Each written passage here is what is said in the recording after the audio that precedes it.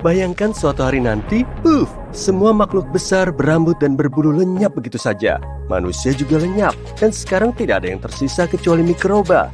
Apa yang akan terjadi pada bumi? Berapa lama waktu yang dibutuhkan makhluk-makhluk kompleks untuk muncul lagi dan seperti apa mereka? Baiklah, selamat datang di dunia mikroba. Mikroba adalah blok bangunan terkecil dari kehidupan. Begitu kecilnya, sampai kamu bahkan tidak dapat melihat tanpa mikroskop. Di dunia yang menakjubkan ini, ada 3 kelompok utama mikroba: bakteri, archaea, dan organisme bersel tunggal. Bakteri ada di mana-mana, mulai dari udara yang kamu hirup hingga makanan yang kamu makan. Beberapa bakteri adalah teman baik, membantu kita mencerna makanan dan bahkan membuat yogurt terasa lezat. Tapi beberapa di antaranya bisa menjadi jahat dan menyebabkan infeksi. Archaea adalah penjelajah tangguh di alam semesta mikroskopis kita. Archaea adalah mikroba pemberani, dan mereka menunjukkan kepada kita bahwa kehidupan dapat bertahan dalam kondisi paling gila. Sebagai contoh, mereka bisa hidup di mata air yang sangat panas, bahkan dalam suhu yang sangat tinggi. Beberapa di antaranya bahkan mampu hidup di gunung berapi. Mereka juga merasa baik-baik saja dalam suhu yang sangat dingin. Bakteri tertentu bisa sibuk bahkan di tempat yang sangat dingin seperti Kutub Utara dan Antarktika. Di sana, mereka membantu menguraikan hal-hal seperti tanaman dan hewan tua yang membeku karena waktu. Mereka bekerja sebagai kru pembersih alam, mengubah sisa-sisa makanan menjadi sesuatu yang berguna. Atau bayangkan kedalaman lautan yang paling gelap, di mana sinar matahari tidak dapat menjangkaunya. Dan siapa yang kita temui di sana? Lagi-lagi mikroba yang membuat makanan dari semua bahan kimia aneh di dalam air. Dan tentu saja mereka juga hidup di dalam tubuhmu. Kamu adalah pesta mikroba berjalan. Ususmu sendiri adalah rumah yang nyaman bagi triliunan bakteri yang membantumu mencerna makanan dan tetap sehat.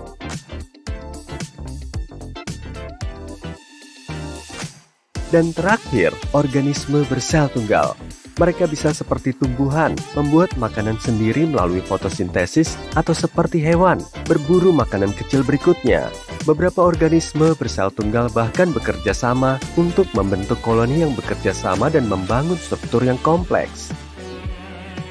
Semua mikroba ini adalah fondasi kehidupan. Pada awalnya, tidak ada apa-apa selain mikroba di bumi. Mereka hanya bergaul dan menikmati kehidupan yang sederhana. Tapi waktu terus berjalan, dan semakin banyak tahun berlalu, semakin mereka berevolusi. Mereka sedikit berubah, terkadang memperoleh beberapa kemampuan khusus dan mewariskan kemampuan tersebut kepada anak-anak mereka. Generasi datang dan pergi, dan perubahan-perubahan itu terus bertambah. Mikroba menjadi semakin kompleks. Dan setelah miliaran tahun dan triliunan perubahan, mereka menjadi sesuatu yang menakjubkan seperti hewan, tumbuhan, dan manusia yang kita lihat di bumi saat ini. Itu adalah proses yang sangat panjang dan membosankan. Jadi, mari kita coba mengulanginya sekarang. Misalnya, bagaimana jika semua organisme hidup di bumi modern kita, kecuali mikroba pertama, akan musnah? Tanpa hiruk-pikuk kehidupan, dunia akan menjadi sunyi senyap. Jalanan yang dulunya dipenuhi oleh manusia dan hewan, sekarang akan menjadi kosong dan damai. Gedung-gedung dan kota-kota akan berdiri sendiri, seperti monumen bisu bagi dunia yang lenyap. Pertama, kita akan mengalami gangguan besar pada rantai makanan. Tanpa tanaman, herbivora, dan karnivora, rantai makanan yang rumit dan jaringan yang menopang kehidupan akan runtuh. Dunia kita tidak akan menjadi liar dan semarak. Mikroba-mikroba kecil itu keren, tapi mereka tidak bisa menciptakan pesta besar dan ramai seperti yang kita semua sukai. Selain itu, ingatkah kamu bagaimana kami menyebutkan bahwa mikroba sering memakan sisa-sisa makanan dari hewan dan organisme lain? Sama seperti saat kamu makan kue dan mengubahnya menjadi energi, mereka akan mengubah sisa-sisa makanan tersebut menjadi nutrisi yang disukai bumi. Tapi sekarang, tanpa hewan dan tumbuhan besar, tidak akan ada banyak kue yang tersisa. Mikroba akan tetap bekerja keras, tapi evolusi mereka akan melambat. Sekarang, kamu mungkin berpikir bahwa tanpa tanaman, kita tidak akan memiliki oksigen. Tapi ini tidak sepenuhnya benar. Faktanya, pohon hanya menghasilkan sekitar 20-30% oksigen di bumi. Jadi siapa yang benar-benar membantu kita bernapas? Plankton dari SpongeBob, Tapi serius, plankton samudra, terutama fitoplankton, yang bertanggung jawab atas sekitar 80% produksi oksigen di bumi. Fitoplankton dianggap sebagai mikroorganisme. Mereka adalah organisme kecil, bersel tunggal, atau organisme kolonial yang mengapung di lautan, memanfaatkan sinar matahari. Jadi, jika semua tumbuhan dan hewan darat punah, plankton samudera masih akan terus memproduksi oksigen di lautan melalui fotosintesis. Mereka akan menjadi lebih penting untuk mempertahankan atmosfer yang dapat digunakan bernapas. Meskipun sekarang mereka akan menghadapi beberapa tantangan besar, hewan-hewan besar seperti paus dan ikan biasanya menyediakan nutrisi bagi lautan. Nutrisi ini adalah makanan tanaman yang dibutuhkan fitoplankton untuk tumbuh dan berkembang. Tanpa hewan-hewan besar, mungkin akan ada lebih sedikit nutrisi khusus ini di sekitar. Fitoplankton mungkin juga tidak akan tumbuh. Dan karena mereka bertindak sebagai dasar rantai makanan laut, hal itu dapat menimbulkan efek domino pada seluruh rantai makanan laut. Dan juga, dengan semakin sedikitnya tanaman, semakin sedikit oksigen yang dihasilkan, dan karbon dioksida akan semakin banyak. Keseimbangan gas di udara akan sedikit berubah. Dan ketika keseimbangan itu berubah, hal itu dapat mempengaruhi cuaca. Suhu bumi dan cara angin bergerak juga akan berubah. Ditambah lagi, terlalu banyak karbon dioksida dapat membuat udara terasa sedikit pengap. Selanjutnya, hewan seperti tikus tanah, semut, dan cacing sebagai insinyur alam.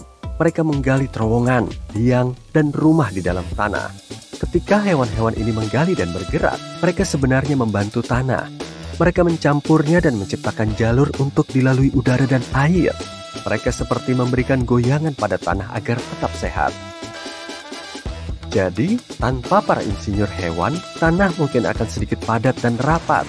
Air dari hujan tidak akan bisa meresap dengan mudah.